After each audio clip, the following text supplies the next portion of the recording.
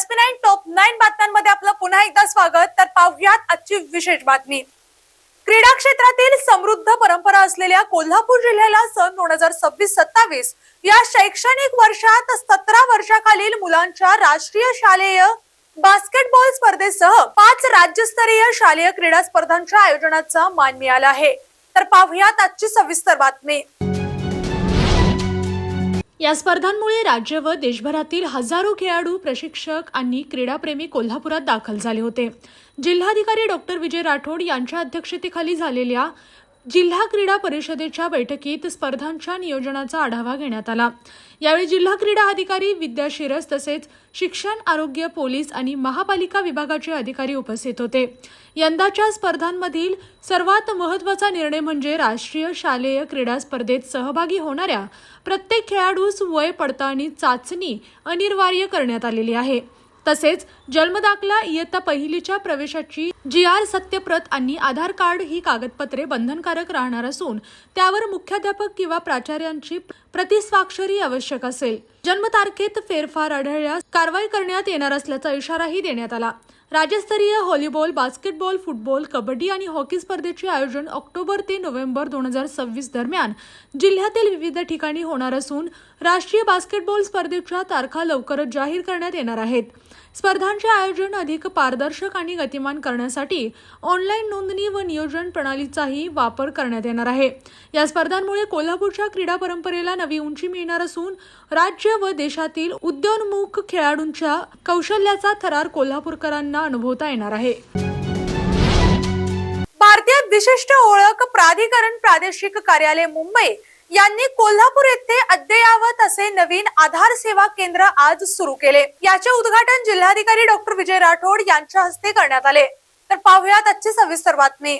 यावेळी बोलताना जिल्हाधिकारी म्हणाले, या आधार केंद्रामुळे नागरिकांना जलद तसेच सोयीस्कर व पारदर्शक सेवा मिळेल।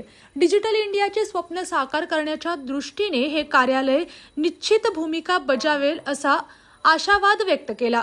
यावेळी जिल्हाधिकाऱ्यांनी स्वतःचे आधार कार्ड अपडेट केले। त्यांचे हे कार्ड श्रीमती स्मिता माळी यांनी अद्ययावत केले। शाहूपुरीतील 4थ्या गल्लीत सुरू असलेले हे आधार केंद्र आठवड्यातील 7ही दिवस सकाळी 9:30 ते सायंकाळी 5:30 पर्यंत सुरू राहणार आहे। या आधार केंद्रात प्रथम आधार नोंदणी तसेच 5 ते 17 वयोगटातील मुलांसाठी मोफत बायोमेट्रिक अपडेट राहणार आहे। पश्चिम महाराष्ट्रात कोल्हापूर या ठिकाणी आज पहिले कार्यालय सुरू झाले। येत्या 14 सप्टेंबर पर्यंत राज्यातील 27 जिल्ह्यांमध्ये उर्वरित कार्यालयाचे कार्यान्वित होतील। या आधार केंद्रामध्ये दररोज सुमारे 200 ते 250 नागरिक आधार कार्डच्या अनुषंगाने सर्वच सुविधांचा लाभ एकाच छताखाली घेऊ शकतील। या प्रसंगी निवासी उपजिल्हाधिकारी गजानन गुरव, प्रादेशिक कार्यालयाचे उपसंचालक मंदार जेवरे, प्रादेशिक व्यवस्थापक निलेश शहाणे, कार्यालयीन व्यवस्थापक मालिक जान मकानदार, महेश शिंदे, श्रीमती अर्चना गंगावणे आदी उपस्थित होते। जिल्हा विकास समन्वय व देखरेख समिती बैठकीत केंद्र शासनाच्या 79 योजनांचा सविस्तर आढावा घेण्यात आला। समितीचे अध्यक्ष तथा खासदार धैर्यशील माने यांनी सर्व शासकीय विभागांनी समन्वयाने काम करून योजनांचा लाभ समाजातील अंतिम घटकांपर्यंत पोहोचवण्यास सर्वोच्च प्राधान्य द्यावे असे निर्देश दिले। तर पाहुयात आजची सविस्तर बातमी। ज्या विभागांच्या कामात त्रुटी आहेत त्यांनी तातडीने सुधारणा करून पुढील बैठकीत कृती अहवाल सादर करावा। तसेच बैठकीस अनुपस्थित राहणाऱ्या अधिकाऱ्यांवर नियमानुसार कारवाई करण्याच्या सूचनाही त्यांनी दिल्या। जिल्हाधिकारी कार्यालयातील ताराराणी सभागृहात झालेल्या बैठकीस खासदार शाहू महाराज छत्रपती, खासदार धनंजय महाडिक, जिल्हा परिषद अध्यक्षा शिल्पा खोत, महापौर रूपाराणी निकम, आमदार अमल महाडिक, अशोक माने यांच्यासह विविध लोकप्रतिनिधी व वरिष्ठ अधिकारी उपस्थित होते। खासदार धनंजय महाडिक यांनी पात्र लाभार्थ्यांचा शोध घेऊन केंद्र शासनाच्या योजनांचा लाभ त्यांच्यापर्यंत पोहोचवण्याचे निर्देश दिले। तसेच जिल्ह्यातील प्रलंबित प्रश्न संसदेच्या अधिवेशनात केंद्र सरकार समोर मांडून त्यांचा पाठपुरावा केला जाईल असे सांगितले। बैठकीत स्थानिकांना कंत्राटी भरतीत प्राधान्य, रेल्वे प्रकल्पांना गती, मुद्रा योजनेतील अडचणी दूर करणे, पूरबाधित गावांसाठी निवारा गृह व संरक्षक भिंतीचे नियोजन, खेळाडूंना CSR निधीतून विमा संरक्षण तसेच दिव्यांग सक्षमीकरण शिबिरे तालुका स्तरावर आयोजित करण्याबाबत महत्त्वाच्या सूचना करण्यात आल्या। विविध योजनांची माहिती अतिरिक्त मुख्य कार्यकारी अधिकारी संतोष जोशी यांनी सादर केली। टोप येथील गायरान जमीन भारत पेट्रोलियम कॉर्पोरेशन लिमिटेड कंपनीला देऊ नये अशी मागणी भादोले जिल्हा परिषद मतदारसंघाच्या जिल्हा परिषद सदस्य तथा आरोग्य समिती सदस्य सोनाली राहुल सावंत यांनी जिल्हाधिकारी कोल्हापूर यांच्याकडे निवेदनाद्वारे केली आहे। तर पाहुयात आजची सविस्तर बातमी।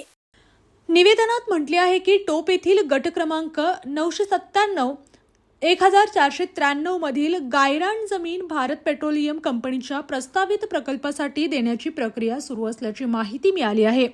मात्र ही जमीन गावाच्या भविष्यातील विकासासाठी अत्यंत महत्त्वाची असून येथे जिल्हास्तरीय क्रीडांगण, प्राथमिक आरोग्य केंद्राची इमारत, बाजारपेठ तसेच विविध सार्वजनिक सुविधांसाठी उपयोग होऊ शकतो। याशिवाय प्रस्तावित ठिकाणाच्या परिसरातून टॉवर लाईन जात असून नागरी वस्तीही जवळ आहे। त्यामुळे अशा ठिकाणी गॅस बॉटलिंग प्रकल्प उभारणे नागरिकांच्या सुरक्षिततेच्या दृष्टीने योग्य नसल्याचे निवेदनात नमूद करण्यात आले। टोप ग्रामस्थांच्या भावना लक्षात घेऊन संबंधित गायरान जमीन भारत पेट्रोलियम कंपनीला देण्याचा निर्णय रद्द करावा, अन्यथा ग्रामस्थांसमवेत तीव्र आंदोलन छेडण्यात येईल असा इशाराही सोनाली सावंत यांनी प्रशासनाला दिला। यावेळी एकनाथ पाटील, शिवसेना नेते उत्तम शहाजीराव पाटील, भादोले पंचायत समिती सदस्य कपिल पाटील उपस्थित होते। विद्यार्थ्यांना सुरक्षित, सुलभ आणि वेळेवर वाहतूक सुविधा उपलब्ध करून देण्याच्या उद्देशाने राजेंद्र हायस्कूल अंबप येथे नव्याने सुरू करण्यात आलेल्या स्कूल बस सेवेचा शुभारंभ आज उत्साहपूर्ण वातावरणात संपन्न झाला। तर पाहुयात आजची सविस्तर बातमी। या कार्यक्रमाचे उद्घाटन श्री स्वामी विवेकानंद शिक्षण संस्था कोल्हापूर यांच्या विद्या समितीचे अध्यक्ष व आजीव सेवा मान्य श्रीराम साळुंखे यांच्या हस्ते स्कूल बसचे पूजन करून करण्यात आले। कार्यक्रमाच्या अध्यक्षस्थानी मुख्याध्यापिका सौ आरे पाटील या होत्या। यावेळी शाळा व्यवस्थापन समितीचे अध्यक्ष डॉक्टर BK पाटील, सह्याद्री शिक्षण समितीचे संस्थापक अध्यक्ष राजेंद्र माने, मेजर महादेव कुंभार, PS लोकरे, माजी विद्यार्थी संकेत वरपे, महिला पालक तसेच शिक्षक, शिक्षकेतर कर्मचाऱ्यांची मोठ्या संख्येने उपस्थिती होती। कार्यक्रमाचे प्रास्ताविक श्रीमती भारती पाटील यांनी केले। यावेळी ज्येष्ठ शिक्षक शिवाजी सनगर, योगेश कुंभार, दत्तात्रय दिंडे, बाबासो करवडे, श्रुती दुर्गुळे, पूनम पाटील, प्रकाश चौगले, दिलीप पाटील, मुकेश पाटील, राजाराम दाभाडे, सुनील कांबळे यांच्यासह सर्व शिक्षक व शिक्षकेतर कर्मचारी उपस्थित होते। यावेळी उपस्थित मान्यवरांनी विद्यार्थ्यांच्या सुरक्षित व सोयीस्कर प्रवासासाठी सुरू करण्यात आलेली ही बस सेवा अत्यंत उपयुक्त ठरणार असल्याचे सांगितले। ग्रामीण भागातील विद्यार्थ्यांना दर्जेदार शिक्षणासोबत सुरक्षित वाहतुकीची सुविधा उपलब्ध करून देण्याच्या दृष्टीने हा उपक्रम महत्त्वपूर्ण असल्याचे त्यांनी नमूद केले। कार्यक्रमानंतर उपस्थित मान्यवरांनी नव्या स्कूल बसचे निरीक्षण केले व विद्यार्थ्यांना सुरक्षित, शिस्तबद्ध आणि यशस्वी शैक्षणिक वाटचालीसाठी शुभेच्छा दिल्या। सकारात्मक, निरोगी आणि आनंदी जीवनशैली घडविण्यासाठी नियमित हास्य व्यायाम आणि ध्यानाचा अंगीकार करणे अत्यंत आवश्यक असल्याचे प्रतिपादन सामाजिक कार्यकर्ते अशोक शांताराम पोतनीस यांनी केले। तर पाहुयात आजची सविस्तर बातमी। आत्मसहाय्य सामाजिक संस्था आणि क्वीन्स क्लब यांच्या संयुक्त विद्यमाने आयोजित मनोहास्य योग कार्यक्रमात प्रमुख पाहुणे म्हणून ते बोलत होते। यावेळी त्यांनी हास्य योगाचे शारीरिक, मानसिक आणि सामाजिक महत्त्व अधोरेखित केले। विविध प्रकारच्या हास्य व्यायामाची माहिती देत उपस्थितांना प्रात्यक्षिकातून सहभागी करून घेतले। मार्गदर्शन करताना श्री पोतनीस म्हणाले की नियमित हास्य व्यायामामुळे तणाव कमी होतो, मन प्रसन्न राहते, सकारात्मक विचारांना चालना मिळते आणि शरीराची रोगप्रतिकारक शक्ती वाढण्यास मदत होते। ध्यान आणि हास्य योग यांचा समन्वय साधल्यास जीवन अधिक संतुलित, निरोगी आणि आनंदी बनते। कार्यक्रमाच्या प्रारंभी क्वीन्स क्लबच्या शुभांगी इंगळे यांनी प्रास्ताविक करून प्रमुख पाहुण्यांची ओळख करून दिली। तसेच आरती पोतनीस यांनी प्रार्थना सादर केली। कार्यक्रमात क्वीन्स क्लबच्या सर्व महिला सदस्यांनी उत्स्फूर्त सहभाग घेतला। संपूर्ण वातावरण आनंद, उत्साह आणि सकारात्मक ऊर्जेने भारावून गेले होते। हास्य प्रश्नावलीत अचूक उत्तरे देणाऱ्या सहभागी महिलांना अन्नपूर्णा न्यूट्रिशन यांच्या सौजन्याने हेल्थ रिच न्यूट्रिशन भेट देण्यात आले। पसायदानाने कार्यक्रमाची सांगता झाली। उपस्थितांनी अशा उपक्रमाचे नियमित आयोजन व्हावे अशी अपेक्षा व्यक्त केली। यावेळी आत्मसहाय्य सामाजिक संस्थेच्या अध्यक्षा मनीषा जाधव, कोषाध्यक्षा दीप्ती कदम तसेच क्वीन्स क्लबच्या महिला सदस्या मोठ्या संख्येने उपस्थित होत्या.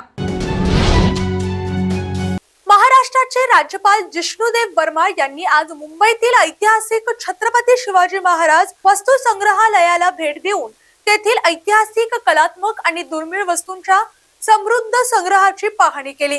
तर पाहुयात आजची सविस्तर बातमी. यावेळी राज्यपालांनी संग्रहालयाने ऐतिहासिक वारसा जतन करण्यासाठी केलेल्या कार्याचे कौतुक केले. तसेच भारतातील लुप्त होत चाललेल्या पारंपरिक कला आणि हस्तकलेच्या संवर्धनासाठी संग्रहालयाने अधिक सक्रिय भूमिका बजावावी अशी अपेक्षा व्यक्त केली. संग्रहालयाचे महासंचालक आणि विश्वस्त महामंडळाचे सचिव सब्यसाची मुखर्जी यांनी राज्यपालांना संग्रहालयाचा इतिहास, विकास आणि विविध उपक्रमांची माहिती दिली. या भेटीदरम्यान राज्यपालांनी gallery of India and the ancient world शिल्पकला दालन, हिमालयातील कला दालन तसेच लघुचित्रे आणि वस्त्र संग्रहाच्या संग्रह विभागाला भेट देऊन तेथील दुर्मिळ कलावस्तूंची पाहणी केली. सब्यसाची मुखर्जी यांनी सांगितले की संग्रहालय विविध शैक्षणिक कार्यक्रम, मोबाईल म्युझियम आणि जनजागृती उपक्रमांच्या माध्यमातून विद्यार्थी आणि नागरिकांमध्ये भारताच्या समृद्ध सांस्कृतिक वारशाबद्दल जागरूकता आणि संवेदनशीलता निर्माण करण्याचे महत्त्वपूर्ण कार्य करत आहे.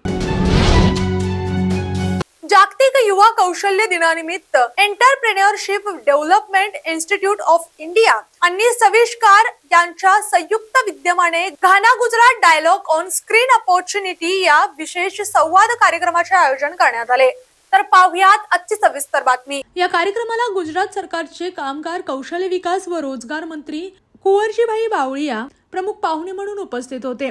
तसेच भारतातील घानाचे उच्चायुक्त प्राचार्य क्वासी ओबेरी डान्सो, घाना प्रजासत्ताकचे गुंतवणूक व पर्यटन मंत्री क्वासी ग्यानतुतू, ईडीआयचे महासंचालक doctor Sunil Shukla, drone lab technologies private लिमिटेडचे संचालक निखिल मेथिया आणि ईडीआय मधील उद्योजकता शिक्षण विभागाचे प्राध्यापक व संचालक डॉक्टर सत्यरंजन आचार्य व्यासपीठावर उपस्थित होते. या संवादामध्ये कौशल्यधारित मनुष्यबळाची तयारी, उद्योजकता विकास आणि गुजरात घाना यांच्यातील सहकार्याच्या नव्या संधी यावर सविस्तर चर्चा झाली. युवकांना अधिक सक्षम बनवणे, कौशल्य विकासाची प्रभावी परिसंस्था उभारणे आणि शाश्वत आर्थिक विकासासाठी परस्पर सहकार्य वाढवण्याचा दृढ संकल्प या चर्चेतून करण्यात आला. भारत आणि घाना यांच्यात कौशल्य विकास, उद्योजकता आणि रोजगार निर्मितीच्या क्षेत्रात भविष्यात अधिक व्यापक सहकार्याची दिशा या कार्यक्रमातून निश्चित करण्यात आली. अमेरिकेतील साई बोस्टन 2026 या आंतरराष्ट्रीय सागरी महोत्सवात भारतीय नौदलाच्या INS सुदर्शिनी या नौकेने दिमागदार सहभाग नोंदवत भारताच्या समृद्ध सागरी वारशाचे प्रभावी दर्शन घडवले. तर पाहुयात आजची सविस्तर बातमी.